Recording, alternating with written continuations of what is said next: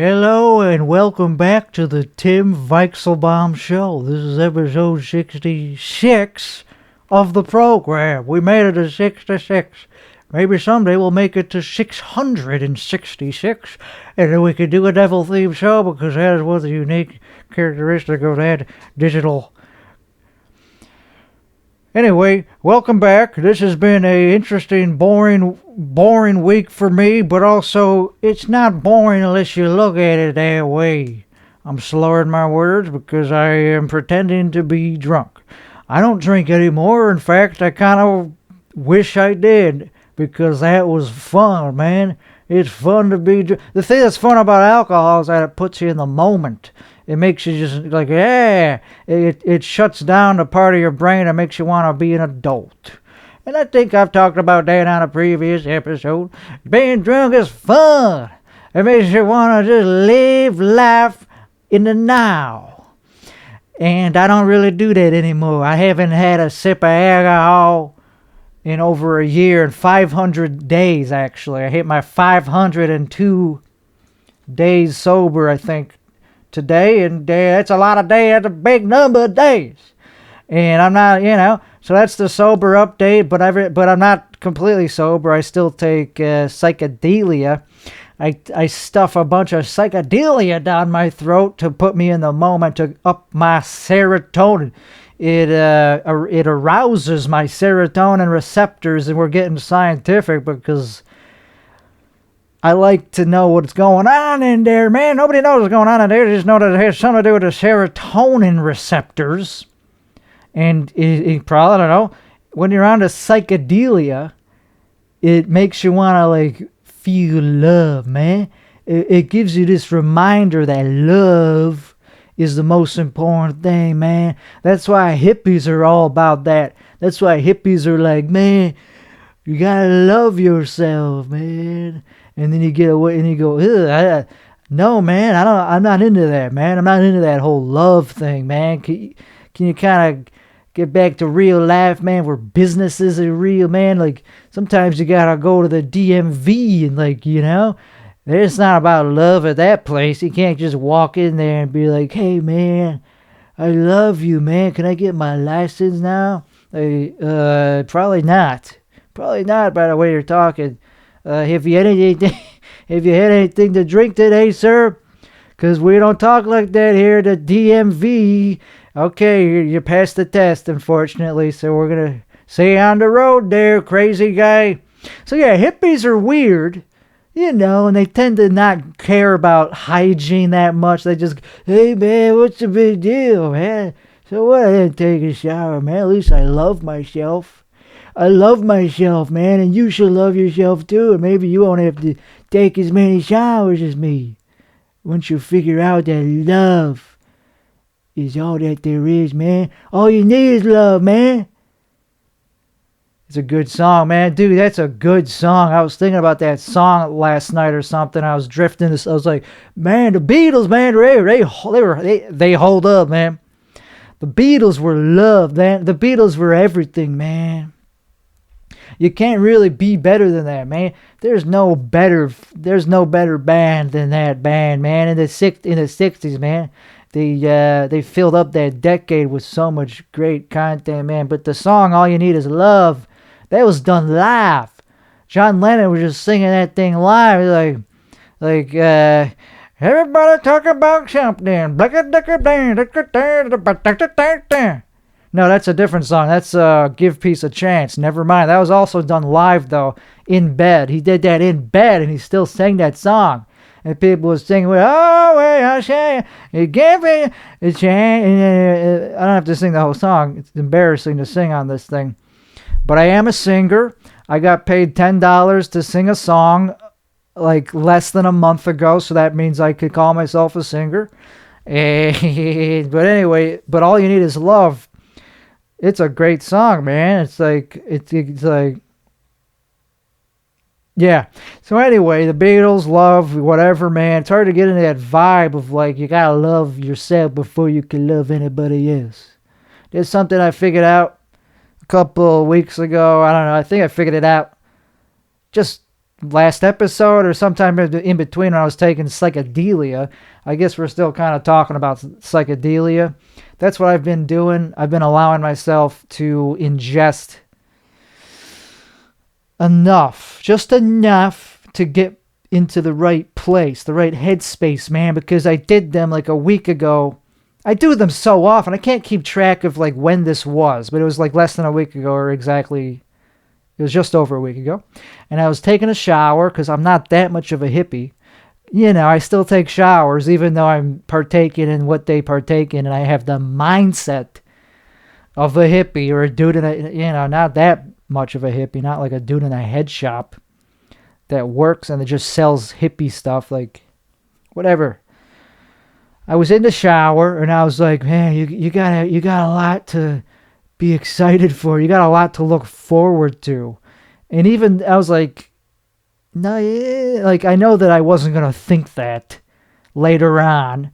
I just knew that in the moment I was in a good mood, and like I guess in some ways that's true because it's how you look at life. If you enjoy your life, you're going to be looking forward to the next day, right? You're not just going to be like, well, I have today and this is okay, but I don't give a crap about, I'm not excited for the future.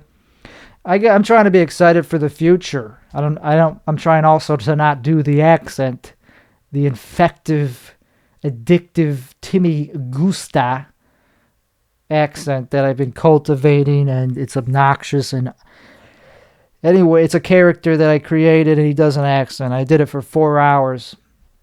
So do I have anything to look forward to? I don't know, man. We'll find out later in the show. This is going to be an interesting show.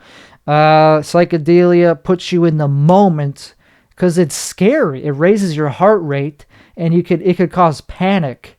And that ain't usually like a good thing to like have an artificially increased heart rate and panic.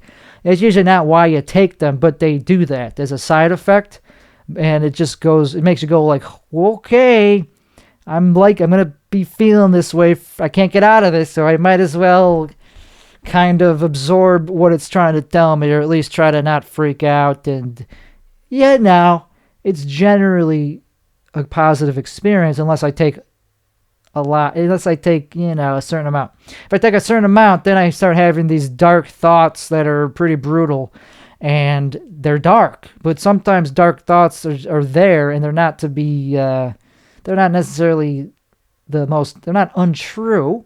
They're just dark. And it doesn't mean you're going to act on them. It's like, oh, it's like you just go, okay, that's a possibility that there's this dark thought that could consume me and lead to a bad decision or something. But I don't know. It's just a thought, and we have them sometimes. But the psychedelia makes it very like palpable. So anyway, I've been doing a lot of that. And not every day, but I do the microdosing. Boring subject, but yeah, I've been doing microdosing. I don't know if it helps yet. Too early to know, because I'm still going through this low dopamine phase of my life, where what I called it on the last episode is low baseline dopamine levels. BDL, not BPL, which I kept calling it on the to correct myself last week. I kept calling it BPL. It's BDL, baseline dopamine levels. It's a term that I invented because I am a wannabe expert on the subject, and it's something I'm still struggling with, but also I am making progress on it too. It is a self-improvement podcast. This podcast is about self-improvement, which is a popular thing, a niche, that a lot of people subscribe. It's like, oh, I'm going to get better at life. I'm going to improve myself from the inside out. Because you got to love yourself before you can love other people. That's something I also kind of touched on the last when I said, if you actually do increase the strength of your prefrontal cortex, you could, I don't know what the hell I was talking about. It made sense at the time. I think the gist of it is if you actually work out that part of your brain, you'll have more control over your life, and you'll actually be able to like work hard, and you won't just seek pleasure. You're not just going to listen to the animal part of your brain that just says, hey, we just got to eat a bunch of ice cream today. And then you wake up the next day, we're doing that again. Ice cream again. It's like you never get sick of ice cream. I do. I get sick of ice cream. But then I go to donuts. So I'm on a keto, and this brings us to the first official topic of the episode. That was just a BS intro. Here we go on the first time. Okay, I was hungry today for something sweet. I'm on the ketogenic diet, so I only eat low-carb meals. Usually I just get these microwave meals delivered. I'm not going to say the brand name because they ain't a sponsor, and I'm not big enough to even be sponsored by them anyway, so let's not even talk about them at all.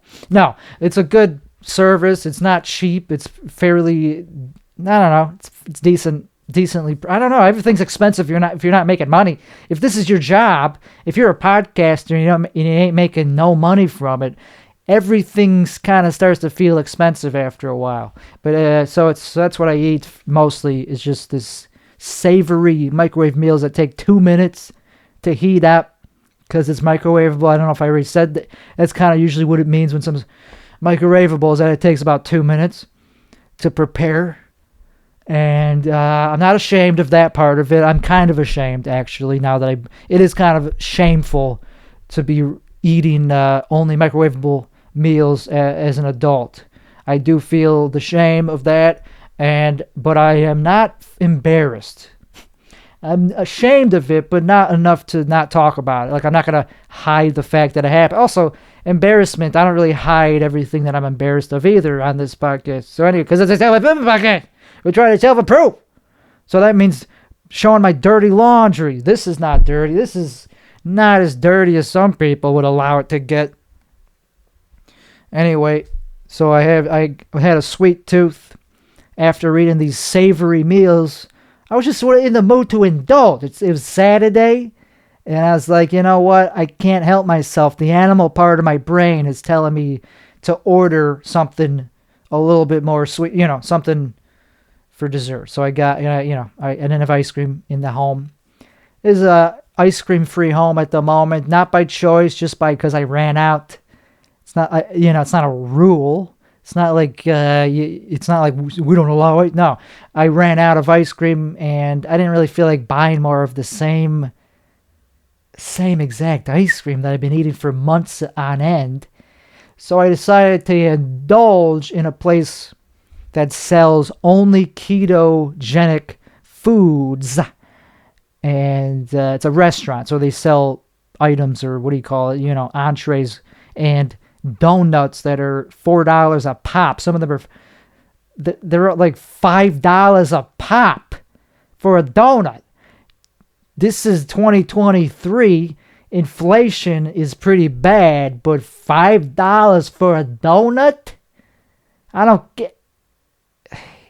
And these were not good donuts. They were just keto. That's the only reason they cost so much, is because you get to be like, oh, I'm eating keto, so it's so I don't feel bad afterwards. But guess what? They don't taste that good. The texture is like crumbly. It's not good. It just doesn't. The dough, it's not dough. It's cake. It's an almond-based cake version of a donut. It's nothing to write home about. It's to complain about. It's something that is worthy of complaining about. But they're not that good, and they're $5 a pop, and they left me full. But it's not. It's like, come on, man. It's like being on vegan and trying to get something that tastes kind of like animals, but it's not, but it tastes kind of like it. It's like never going to scratch that itch. It was $5. Did I mention it was $5 per donut?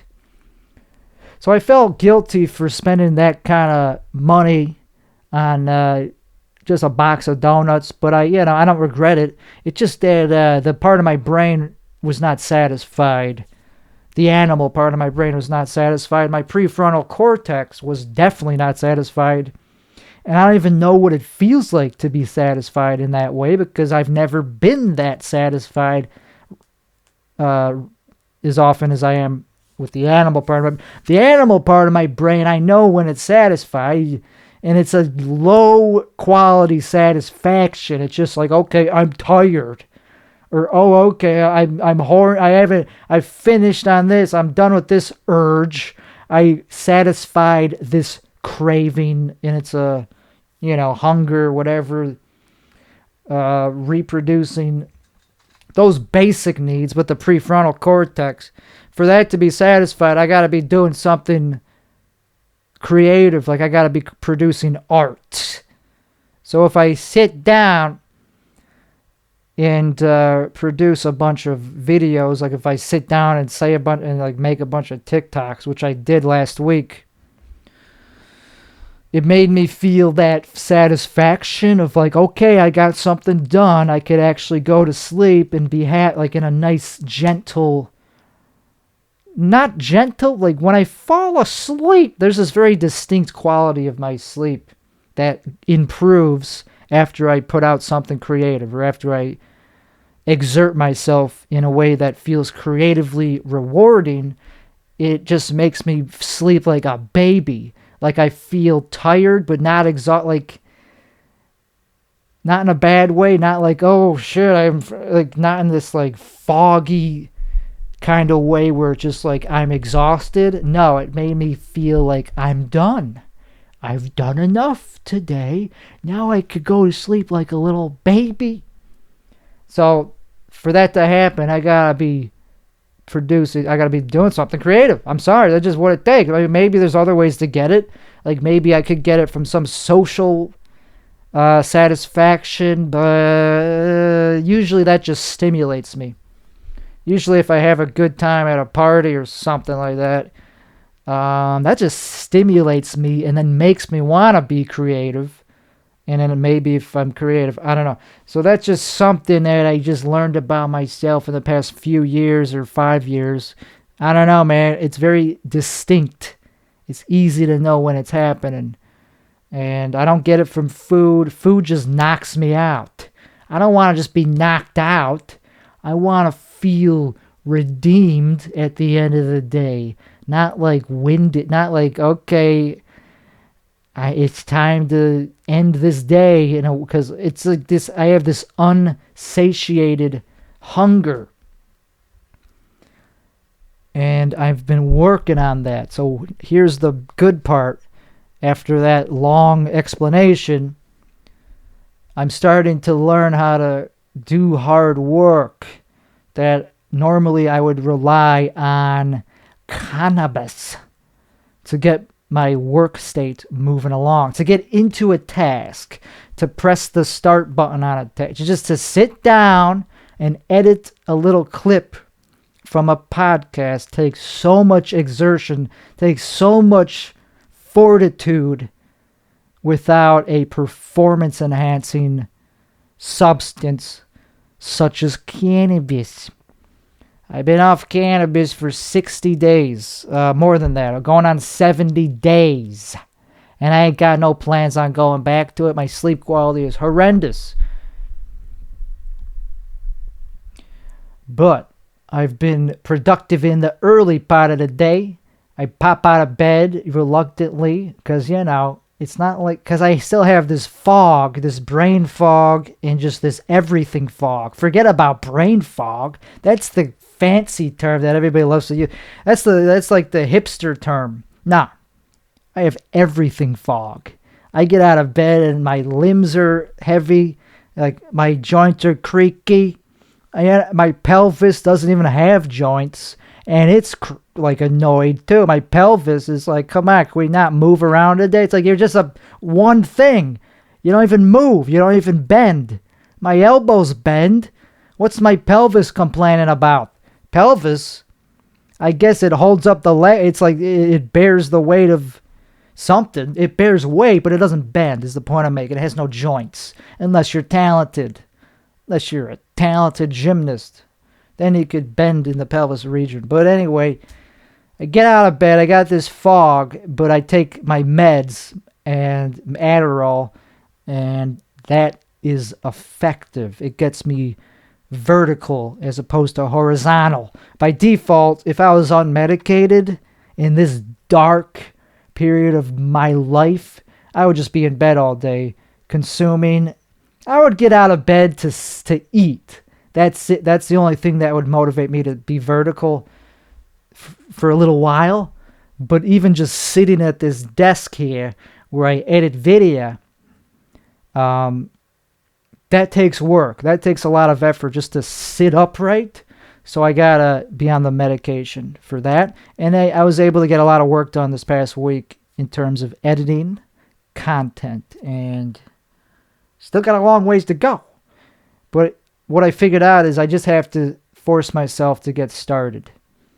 Once I get started, it makes me want to keep going, because I'm never going to really feel satisfied, but I'll at least have the fortitude to keep going. I got all this editing done today. I did I knocked off like 20 something clips from a podcast that I was on, Austin Culture Club podcast. Timmy Gusto was on it. I was just I just booked it for. I got him the gig, and he showed up there, and he did his thing, and he was very good on that podcast, in my opinion. So I found a lot of moments that I thought were clippable. Some of them not as good as others. I'm finding out by the YouTube views. You find out very fast if something was high quality content or not, because YouTube has a pretty good algorithm. It tells you. It's like, okay, you got a couple thousand views, you got 5K views. If you get less than 1,000 views on a short, it's usually not that good. They'll give anything 500. It could be, yeah. So anyway, but I knew it even before I upload. I could tell usually, whatever, man. It's tough, man. TikTok, very difficult what I'm doing is not getting traction on there. I need to figure out something that's way more like, that hooks people. Instagram, I don't know. That's the part that sucks. Is like I'm not getting much growth by putting out these clips. A couple followers here and there. So it's a grind. It's a grind. So I put in 4 hours of editing work today and got many days worth of clips that I will be going out. But how many subscribers and whatever am I going to get out of these 4 hours worth of clips or work? I don't know, maybe like 50 probably something like that, 50 if I'm being realistic. And that's not that bad. Actually, I think that's not bad if accurate. I don't think it might be less than that. It might be only like 20 to 30, but that's 4 hours of work, and that's it was hard work too. It was a lot of clicking, man, because these shots were not like it was not like my podcast where just one camera. This had 3 cameras, so it was changing from every like second. So I had to line up. I had to make manual cuts anytime the cameras changed, because I had to move it into the vertical aspect ratio. So it was very time consuming and tedious. But that's what editing is. And 4 hours. So we'll see what I get out of that 4 hours of hard work, man. It's also just the hard part is not just the clicking and editing. It's the picking which parts to leave in. That's the creative part. And that part is draining. It's like, that part is the hardest part. It's like, okay, next one, is it still funny? I gotta re-listen to it, which I hate. I don't like watching myself, but if it's good, I'll tolerate it. I'll be like, okay, yeah, that was fun. I'm not sitting there laughing my tuchus off. But some of them I go like, yeah, okay, yeah, it's kind of funny. Like I smile a little bit. I snicker to myself. And I don't know if that means if I snicker, that means it's probably worth like a couple thousand views. If I laugh, probably like 5 to 10,000 views. So, I don't know, man.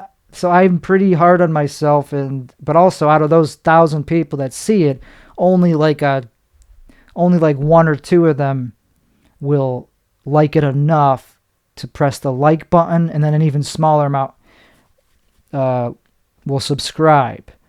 You might have to add a call to action at the end to ask them, can you please subscribe? But that's forcing it a little bit. I don't think it's necessary. I think I just need to put out shorts that get more views. I don't know. That's the thing. You might want to milk as many subscribers as you can, even out of the ones that only get 2K views. So you go at the very end or right during the punch. Usually the very end is where the punchline is. You just have to throw up a little, please subscribe to Timmy Gusto or whatever, Tim Weichselbaum. But I don't want to do that. That's kind of too, I don't want to do that right now. I'm not willing to stoop to that level yet. It's just a little too much for me. I want only the people that really like it to watch, I guess, right now. But at this juncture, I do want more views on the long form. This boring, this monotonous monologue thing that I'm doing right now. I realize this is boring. To most people, that's why I chop it up and put in timestamps and make clips.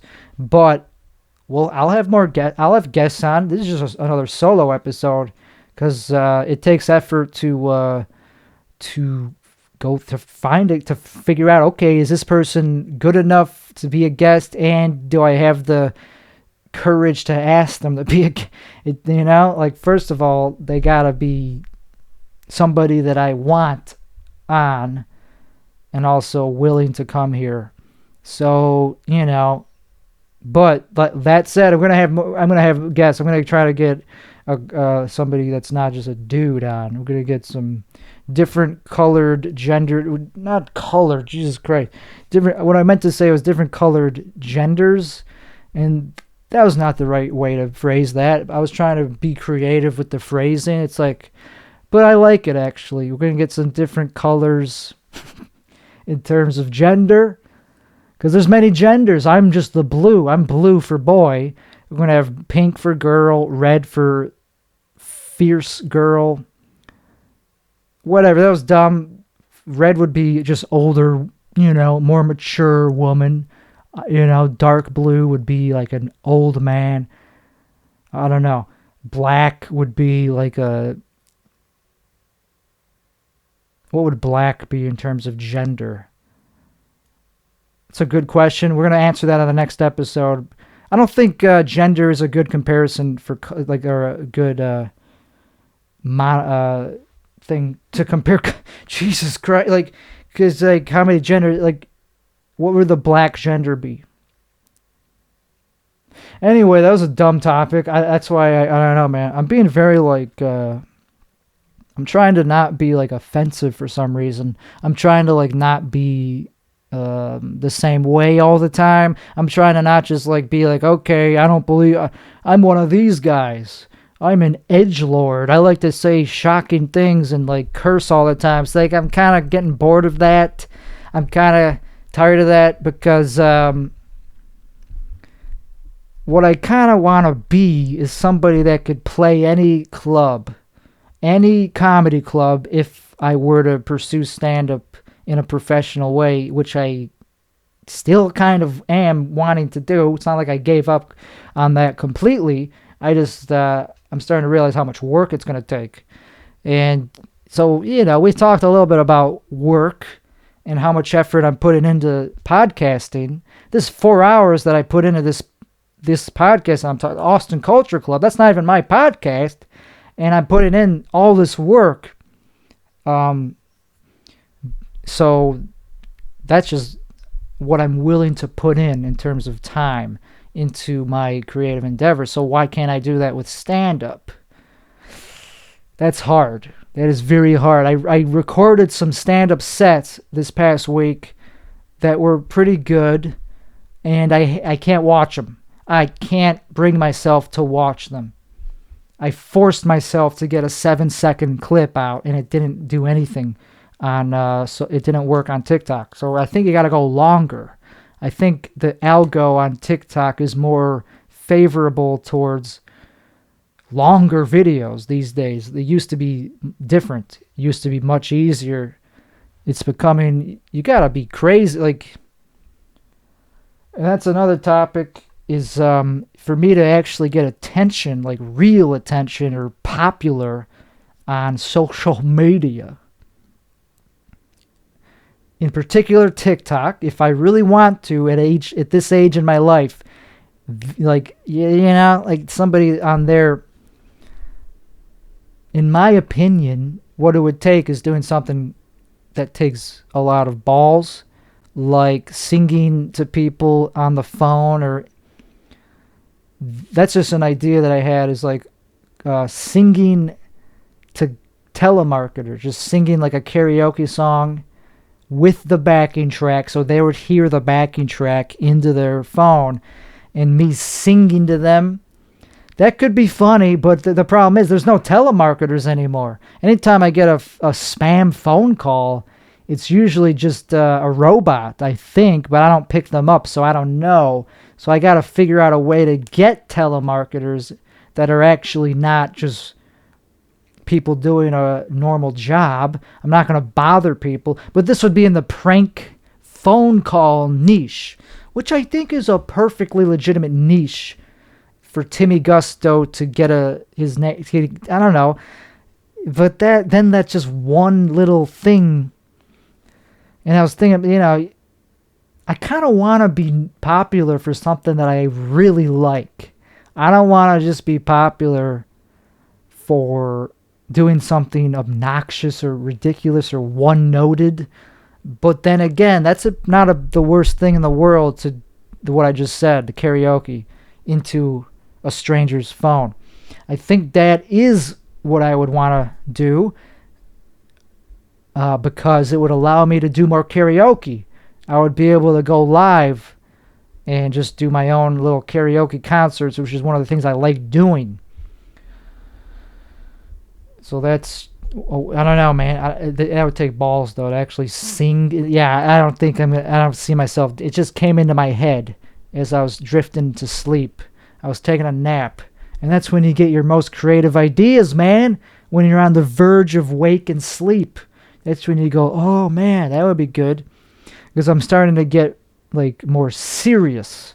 Not desperate. I'm not desperate yet. And I don't know if I'll probably just quit before I become desperate at getting popular on TikTok. I think I'd rather just give up. But that would be closer to desperate, as doing something that is like involving other people and blindsiding them. That's usually what works on there is like you want to have an interaction between people, or you could just do a sketch. There's other ways to get views that you don't have to bother people for or embarrass yourself, but kind of that's actually, I don't know, man. A lot of them are people doing cringeworthy things and embarrassing themselves. Like they overact. I don't really do that anymore. I'm too low dopamine right now.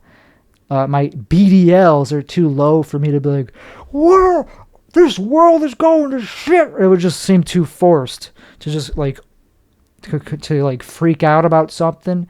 I just ain't the type of person who has the kind of energy. But that's why people like it. That's why people watch. Like, look at this guy's crazy. This guy's freaking out.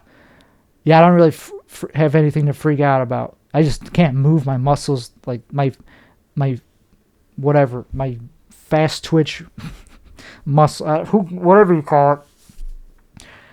I'm bombing in that department. I don't really want to move around much. Even talking is kind of exhausted, but in a good way. When I do this podcast, it's tiring to talk this much, but it gives me that afterglow, that buzz. And then I listen back to it and I hear all the saliva sound, the lip smacking in the dry mouth. I should have drank more water. I need a drink of water. I could pause it and get water. But we're not going to do that because that involves editing, which I kind of like the feel of like not editing this thing. Anyway, I did comedy. I tried to do comedy in a park earlier tonight. It didn't go very well. I was very like in my head and nervous, and like I took a risk. I was like thinking about TikTok stuff, and I was like, you know what? I'm going to sing karaoke during this set. And I've done that before, and it's not a smart thing to do, but it's just the fact that it's kind of like so out there. That's why I did it. And like I quit about 10 seconds into the song, and I was like, it was it was embarrassing. And I should have said that at the time. I should have been like, that was embarrassing, but I didn't even think to do that because I was too rusty. And being rusty on stage is a bad feeling because it just makes you want to do it again. It's like, oh great, I gotta shake off the nerves and do another set as soon as possible so I could remember how to get back into this thing. And I hate that feeling. It's the worst feeling, man. One of the worst feelings. There's worse feelings than embarrassment, I guess, after public speaking goes bad, but not many worse feelings than that. Like, obviously there's worse physical feelings, but it was a shameful thing, and I was like, crap. But that's why I'm trying to get better, man. This is a self-improvement podcast. And I gotta learn how to work harder at my pursuit towards creativity. I'm already willing to put the time in. Now I just gotta up my game in the other aspects of it, like input. I gotta think out topics better instead of just riffing the whole time. In this podcast, horrible. This podcast ain't going nowhere. Maybe if I prepared more, it'd be better. But even then, it's still just a dude talking to the camera. But we're going to get other colored genders here. And by that, I mean other genders. We're going to have the whole spectrum of genders represented on this podcast eventually. By that, I mostly am just saying I'm going to get a woman on here. That's all I was saying without saying it. Yeah, dog, we need woman power on this podcast. Somebody to I don't know, man, because I like women. They give me energy. They stimulate me. Young women, I'm talking about. The old ones just make me want to go into a cave and never leave. Not the good old ones like Yoko Ono, like the bad vibe, old women. The hags. There's a reason they're called hags. There's actually a chair in front of me that is called Hag, the brand, and that's the exact word I was thinking of at the time. So yep, that's what I'm talking about. But anyway, young women, vibrant women. Some of them are horrible. Some of them are buzzkills, obviously, just because they're like mentally ill and they want to dominate because they just don't want to share. I don't know. They don't want to like make men feel good about themselves, so they tear men down. Yeah, fuck those women. But the other ones, the good ones, the ones that actually are like healthy, mentally healthy, they stimulate me. So I need to incorporate them into my creative endeavors because they give me. That's just how it is. Women are my muse. I'm not into men. I'm into women. So that's who makes me want to like do my best at art. It's just how it is, man. If you're isolated and like me, like in this house, this 4-bedroom house, like it's just like this cave, this empty cave, and it's hard to get inspired. So that's why I take the psychedelics. And even those only go so far. I mean, it's just another way to stimulate yourself or up your brain chemistry or balance it, do something to it.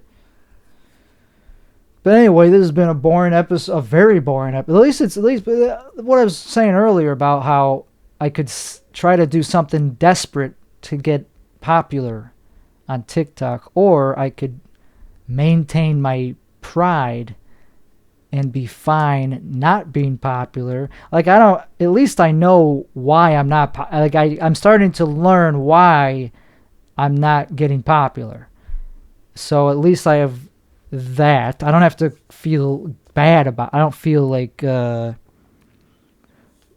getting gypped by the algorithm or anything, because usually the algorithm knows what to push out.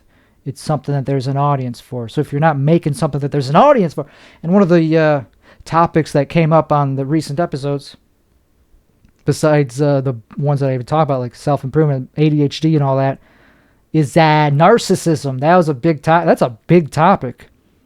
I put out a couple snippets, couple clips with that topic, I think, or at least I tagged that topic. And yeah, that has an audience. I'm a fan of that topic, but it gets very draining.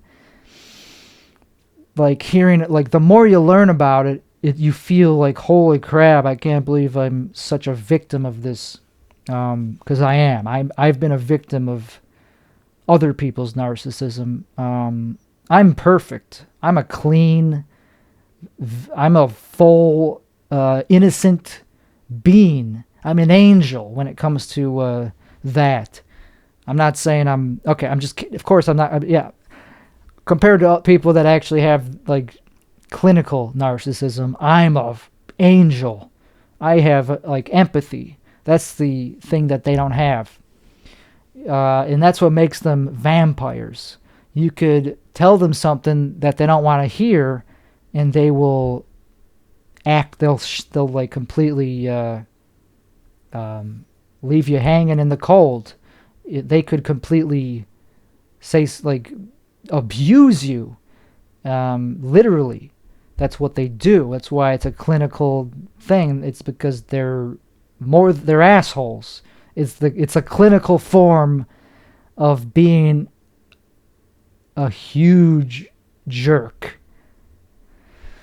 So they are abusive, and if you're on the receiving end of that, you could call them on it, or you could just take it.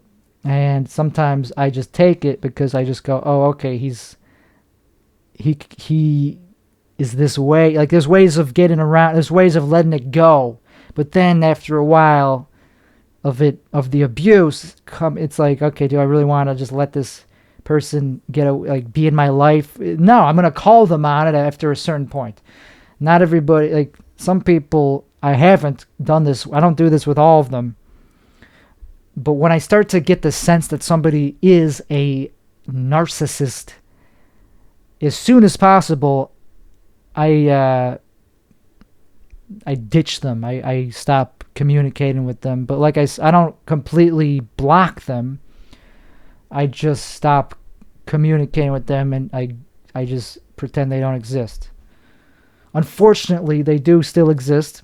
I have the sooner I feel that gut feeling of, like, okay, this person is a me monster. This person is self-centered and doesn't have empathy and doesn't give a crap about me. They're just using me to get a supply. That's when I cut the cord. I go, yep, sorry, I'm not there. I'm not that low self-esteem anymore. That's the problem.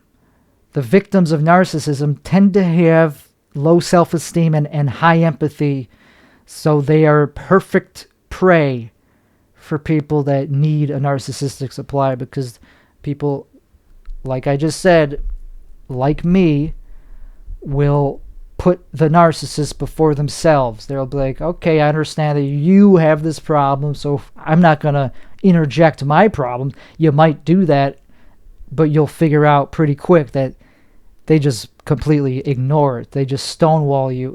They go, yeah, cool, that's your problem, cool. So why did you say that? We're talking about me. Yeah, so they're very, like, it's like a different language. They don't know how to, they just don't have that part of their, that part of their brain is, like, non-existent. The part of their brain that has, like, that forms and creates empathy, like, actually goes, oh, you have this problem? Well, I don't know. I'm being a little bit black and white. Because some people that I thought are narcissists and still do get a sense that they're narcissists, it's not like they have zero empathy. Not all. They might have they might actually think about your problems and give you advice, but that might just be a way for them to feel good about themselves. For oh, I helped you. There you go. See how helpful I was for your problem? Now help me. Now back to me. I don't know, man. I'm analyzing it pretty deeply but when it comes down to it, it's a gut feeling. It's this feeling of vampirism. I got something sucked out of me by hanging out with these people. I've had enough experience with them, at least 4, that I could distinctly say have this quality about them. I can't diagnose them. Who the hell knows? But I just know how I feel when I'm around them. And I feel like I can't talk about my problems or even just what I'm interested in because they will not care. So anyway, and then you just leave feeling like you got something sucked out of you. So that's how I feel around them. And I don't want to be that person. I mean, I know I don't, just learning about it, I don't know, it makes me not want to be that way, and it makes me not, I don't know, because I think by this podcast I'm starting to illustrate that I don't really have the highest opinion about myself. Sometimes I have high self-esteem, but then it fades away very quickly. So anyway, I would like to have more. I would like to have not really self-esteem, just confidence. Just how about this? Not even confidence. I just want to enjoy what I'm doing. I want to enjoy the work, the heavy lifting of creating something. That's what I am trying to embrace. Because if you can embrace that is your prefrontal cortex firing and strengthening. And then you could achieve high-quality, long-term goals if you actually start to learn how to enjoy the work itself, not just the result. Like I was talking about this editing that I did. Is it going to get me the result I want? Not fully, not really. 50 subscribers, 30 to 20 to 30 subscribers on YouTube is not really that much to me in terms of a result.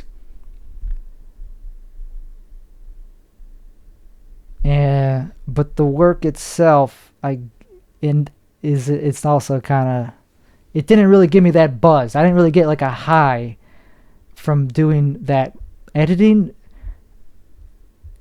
which I guess just means it just wasn't that good of a product, or I just don't have the right baseline dopamine level that I need to enjoy it. Because it's not like it was that great of a podcast, It could have been better. And I don't even know if the whole Timmy Gusto character will be anything. If he'll even ever be able to acquire 1,000 subscribers. That itself would be pretty good. It's not much, but it's pretty good. And then the next level would be 2,000, and then 5,000, and then if Timmy Gusto is able to obtain 10,000 followers on any platform, I think that means he's a success. But right now he's at the foothold, or the foothills. He's at the very bottom of the mountaintop.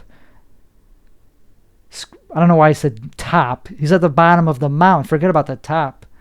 The peak is the complete opposite of where he's at. Anyway, but I have faith in him. Because I don't know. I have some faith in him. I know that it's stupid. I know that it's cringe and corny. But I like it. I like being able to go into a character and turn it off with some success, not always. I don't always successfully turn it off because it's hard. But I like that I could always turn it on. I like that about him. So I like him better than me sometimes because he's more smooth. He doesn't correct himself all the time. He is confident, and so anyway, I just think it's funny to do a character, but I also get why it's not funny, because what am I comparing it to? Who does that? Who has a comedic persona? I guess other comics do, but not that many successful ones. Like Larry the Cable Guy was successful, but this was like 15 years ago. So it's been a while since there's been a character comedian that's been successful. So anyway, but I just, who cares? It's a project. And I could see myself looking back at it as like, well, that was a stupid idea, but also I like it. That's all I could say. So if I like it now, I'm probably going to like it even more if I actually get better at it. Well, anyway, that's enough time spent on that. Anyway, I need to be even cringier, I think. I need to be more, because, yeah, like I said with the karaoke, doing karaoke in public, doing it on the phone, that's pretty cringy and controversial, too, I might add. There's a lot of controversial clips that I created today. They might be too controversial for most platforms, but whatever. That's part of the attraction to Timmy Gusto, and he is my creation. So that's why I'm putting so much thought into what he does. Anyway, so that's weird. That's a weird thing to talk about, man. Talking about that your persona is like a different person, like in the third person. That is weird, man. It's very weird. But I could always be myself too. I could always but like myself is like just like mumbles, like this is myself. I just like, I'm very like, what is the word I'm looking for? We have a bunch of stuff in your mouth, like marble mouthed. Like I could barely form a cohesive thought. So that's why I haven't been going up as my real name. Because Tim Weichselbaum, he's more of a dude that just kind of likes to stay in, work on crunching the numbers. He likes to write algorithms. He likes to code. He likes to look at his portfolio, stock market portfolio, and, just watch the world go by. He ain't the guy that wants attention. That's why he's so awkward and, like, shy. So that's why I like having the alter ego, because if I'm off stage or if I'm just myself, people know that they ain't going to get somebody who's rambunctious and, So that way I could compartmentalize that part of my personality, the external Timmy Gusto, and the internal, the shy Tim Weichselbaum, who is still still has some crazy opinions, but he's more undeveloped. He's like timid. He's very like, he's not an extrovert. So somebody has to go up to him usually to start the conversation, man. And like, I don't drink anymore. So yeah, that's all. I've made a lot of progress on this podcast, man. I used to like not give a crap about content, about like how offensive, whatever, man. The thing about that is, you could complain that the audience won't get you or will judge you for being too offensive or controversial, or you could just get better to the point where it's undeniable. I don't know. There's always room for somebody to complain. Even if you're like Louis C.K., he's a master of controversial jokes. He knows how to sell a joke on any dark subject. But even he probably gets people that go, oh, you shouldn't have said that. Of course he does, but it's a small percentage. it's such a small minority that they're not even in his audience. So who cares? They're not his audience. So he could do well in front of pretty much any audience as long as they don't judge him for the misconduct. So, but that's an interesting conundrum that he's in. It's not that they're judging him for the jokes. They love the jokes. They just won't admit it because they're judging him for something that happened in the past. Misconduct. Yeah. So I just realized, it's like, yeah, I could avoid certain rooms for comedy because they have a woke slant to them. There's many of those. Or I could just do comedy that is not as offensive. Like, I could just get better at doing cleaner comedy. That's always an option, right? It just, maybe it takes more work. Maybe it's just harder.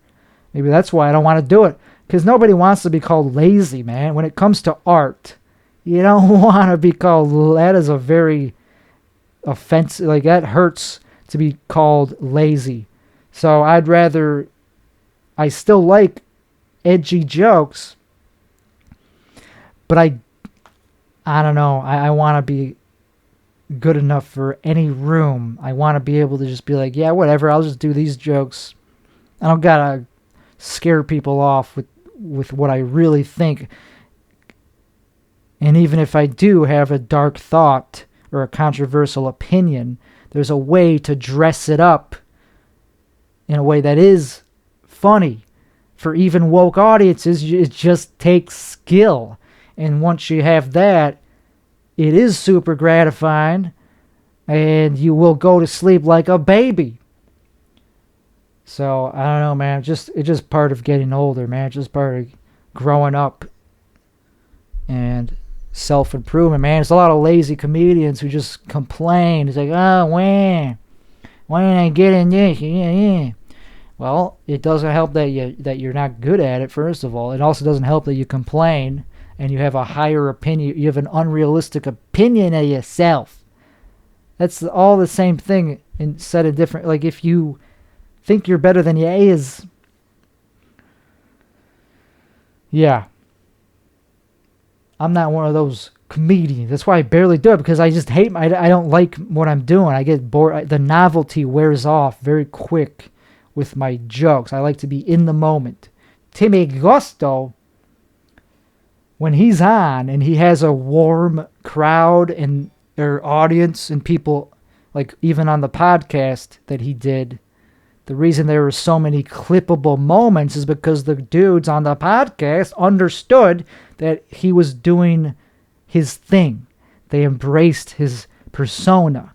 That's why I found over 20 clips from that one 45-minute podcast. So that's just what I got to focus on, I guess, is finding the right platforms for Timmy Gusto and also for my own stand-up. I don't know. That's separate from Timmy. Timmy Gusto, I'm still on the fence of if he's even a stand-up. I don't even think he is a stand-up comedian. He's a podcast personality, singer,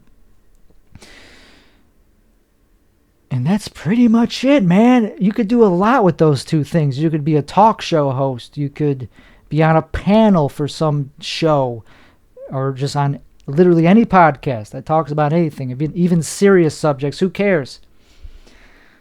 It's good enough. But I don't know about stand-up, though. I don't know if he's really a stand-up, because when I do stand-up, I can't talk in that accent. That's tough. They would have to really embrace it. And I just don't know if I want to write that kind of material. Because when I do stand-up, I drop the accent. I talk like this. I talk in my normal accent, which is still a pretty thick accent. But it's more relatable. It actually gets people to laugh because I'm being more self-deprecating. I'm not just going like, hey, fuck it, what is this? I don't give a shit. But sometimes that is funny to do that, to go full out.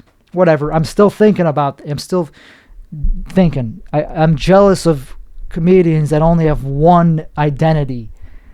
I'm jealous of these people that should just go up as themselves. I can, and I have, but I'm not happy with it. So that's why I have to compartmentalize different parts of my personality into different personas. I could just go up there without a persona, just be how I am right now, but you gotta be a heightened version. It has to be something better than this. At least it has to be in the form of jokes. The cadence doesn't have to be different, I guess. I don't know. The cadence would probably be more on the side of Timmy Gusto, like that. Something like that. I don't know, man. I have a cadence. I have other ways of delivering jokes. Yeah, I could be deadpan. Anyway, but it'd be nice to not have to have two personas, or at least one fake one and not any real one. That's, I guess, why it sucks. It's fine to have more than one if you're being a character. The problem is it's fake, and the one I have that's real is not something that is something I'm proud enough to showcase yet. Anyway, so that's it. My confidence is in the toilet is what's written down here. That covers most of the topics. Comments, yeah, that's another thing. Pretty sure that's come up before. It's like how pursuing comedy, that's a very, like, to pursue it long term, that is quite a, like, dark and dangerous road to take. Like, you're putting your mental health on the line, or at least your mental well-being on the line, for a long ways to come, and the chances of it changing for the good is it feels hopeless most of the time. Like when you're right here, right now, for me, it's like, okay, I've been doing it for 10 years, and I could feel this sense of, like, hopelessness to it. It's like, yeah, but that's what makes it beautiful, though. Having these moments of, like, this, like, hopelessness, like feeling like, yeah, this is probably not the right thing to be doing with my life. Like, that thought right there makes you better, I think. I mean, it's not like I'm quitting anything that, but I might have to get a real job. So let's talk about finances before I end this puppy. Finances is a topic that I'm a fan. I love finances, but also I hate it too because it's numbers, and numbers are just a number. Numbers are just man-made categories of power and like rations and like ratios, and like that ain't what life is about. Life ain't about finance, but it's a great hobby. But also, it's just like the uncertainty of finance. That's another thing that feels almost as uncertain as comedy. Comedy feels more uncertain for sure. At least in finance, you're going to get paid a dividend every quarter or month, depending on the stock. You're going to get paid that dividend. Yeah, and you could pretty much guarantee some return on average in a certain duration of time, depending on what you're investing in, like index funds. If you're investing in index funds, you're just going to get whatever that index is doing, like, or whatever the market is doing in general.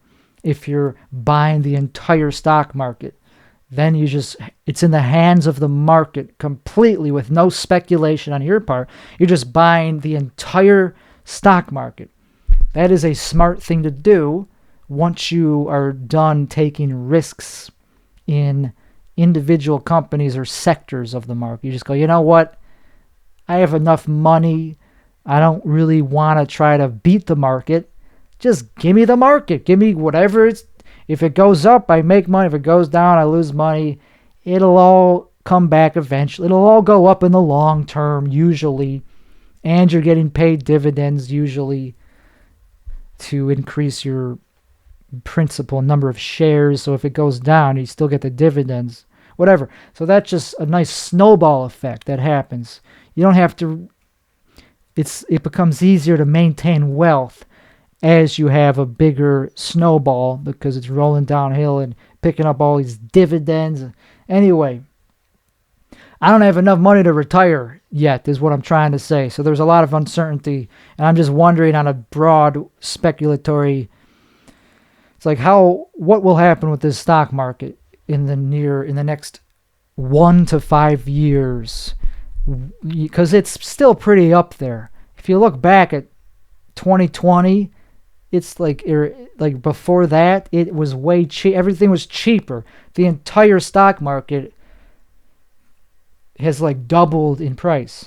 Like every company, for the most part, especially in tech, has gone up like threefold in the past 10 years.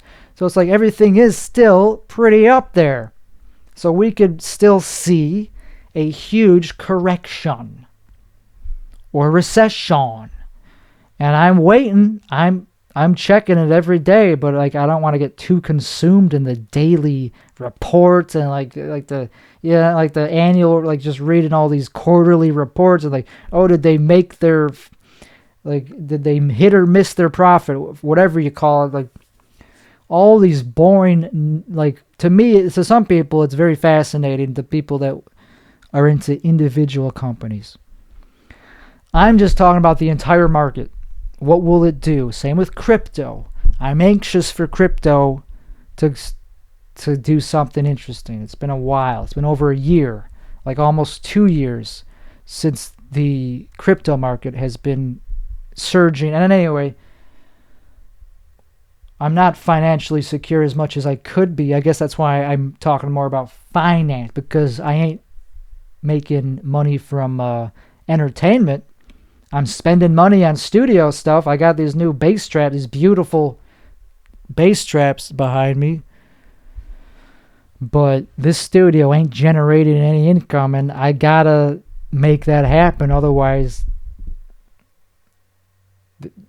what am I doing? Oh, anyway, I don't know. I just gotta keep creating stuff and get my muscles moving, get the dopamine flowing in my brain so that it could tell the prefrontal cortex to tell my muscles to make art. I'm an artist. That's what I'm meant to be doing.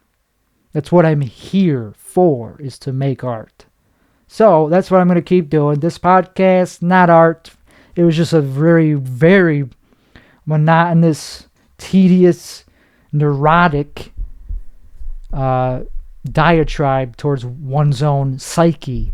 I'm angry at my own psyche. Not really. It's more physical. It's not fully mental. It's how I wake up. I keep having these recurring dreams. All night I have vivid dreams about my childhood, home, and pets. It's like, oh, that my dog's still alive. Oh, nope, that was a dream. You idiot. It's like, oh, my parents still own my childhood house. Nope, they sold it. They definitely don't still live there. And then I have dreams about crypto going up. It's like, oh, I gotta sell my crypto. I gotta take this profit before it goes down. And then I get a virus on my computer and I can't sell it. Something. So I'm having these very vivid dreams that I remember. I remember them, but I don't wake up feeling rested. It's exhausting having that type of cinematic, deep, emotional dreams every single night.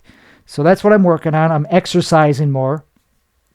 I'm exercising every day, anaerobic exercise, trying to get my heart rate lower, my resting heart rate lower, and my VO2 max higher. I want to get it to at least average. I have a below average VO2 max. That's bad. And I have chronic fatigue. I can't stay up longer than 12 hours without needing a nap. Most people don't have that. They can stay up a little longer than 12 hours.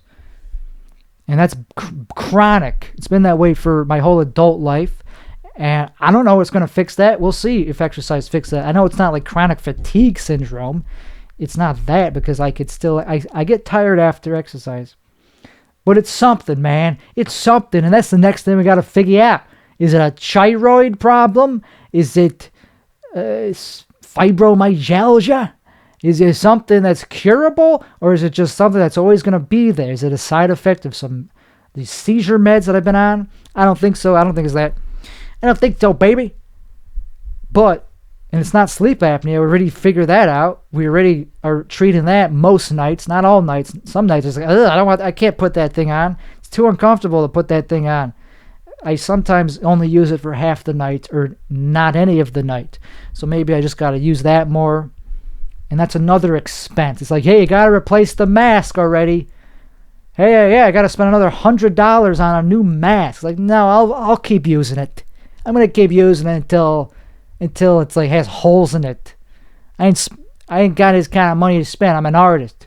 I'm a overfed but soon to be struggling financially. I'm not ever going to be struggling. I was thinking maybe I'll just move to another country. I was like, oh, I'll be fine. I can just move to another. What am I talking? I got nothing to worry about. I'll just move to an Asian country where I can't speak the language and where it's a super low cost of living, and I'll just live like a king and still do all the same stuff I'm doing. I don't know how I'll do comedy. Can't do stand-up, but I'm barely doing it here, so who cares, man? But anyway, that's just a thought I had. Like, I can just move to another country. What are you doing? Of course you can. America? America sucks. America's a cesspool these days. Like, you like being living in America where everybody just has guns and like people just drive crazily? You ever hear about people in Sweden complaining about people shooting guns on the road, like driving insane and getting into road rage? Not really, because it's a happy country. It's a very successful country. That's why I can't go there, because I'm not good enough. They want only themselves. It's not like America. America's a chaotic place to live, man. So yeah, I'll just move to an Asian country that's not chaotic. I don't know if that exists. That's also cheap. I don't think so. Singapore, that'd be cool. Don't think I could afford it. This has been a long episode. Sorry for talking so long. I apologize. And episode 66. Have a good rest of the week, y'all. Peace, love, happiness, and take a shower, though, eventually.